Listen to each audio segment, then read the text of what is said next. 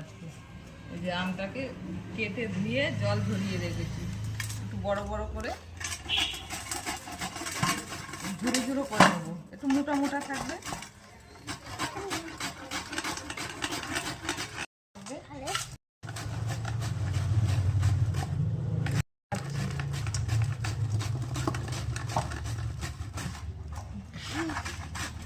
হয়ে গেছে, আচারের মশলাটা বানিয়ে নেবো। কটা শুকনো লঙ্কা, কড়াই উনুন ধরিয়ে দিয়েছি, কটা শুকনো লঙ্কা, কটা ধনে দিলাম, দিলাম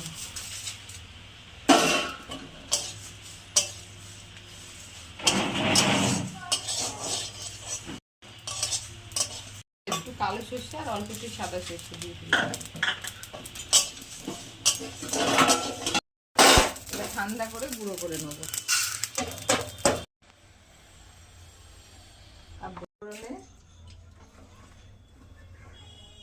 শুকনো লঙ্কা দেবো, দুটো শুকনো লঙ্কা দিলাম,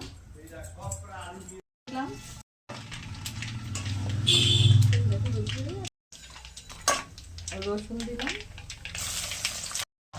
আমি একটু রসুনটা দিলাম আমিষ করলাম বলে, এই যে কাঁচা লঙ্কা কেটে রেখেছিলাম দিয়ে দিলাম।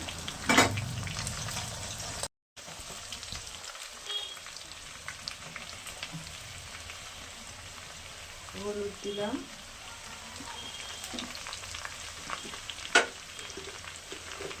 একটু গুড় দিলাম। টক ঝাল আচার হবে, এটা মিষ্টি হবে না, পরিমাণে কমে দিলাম গুড়টা।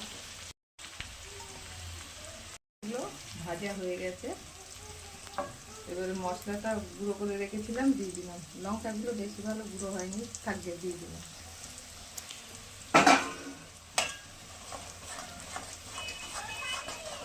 এবার ভিনিগার দিয়ে দিলাম, ভিনিগারটা দিতে হবে, অনেকদিন থাকবে যেহেতু।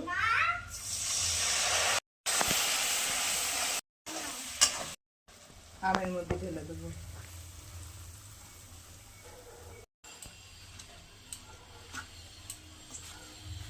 একটু তেল দিতে হবে, এর মধ্যে একটু কাশ্মীর লঙ্কার গুঁড়ো দিলে কালারটা ভালো হতো।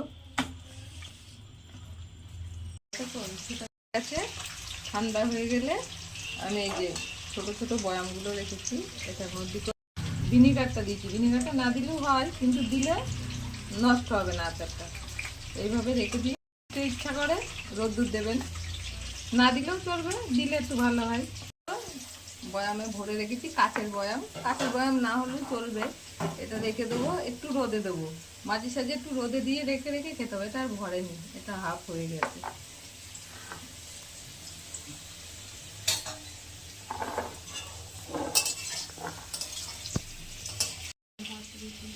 ভাত, রুটি, পরোটা যার সাথে খাবেন এটা খাওয়া যাবে।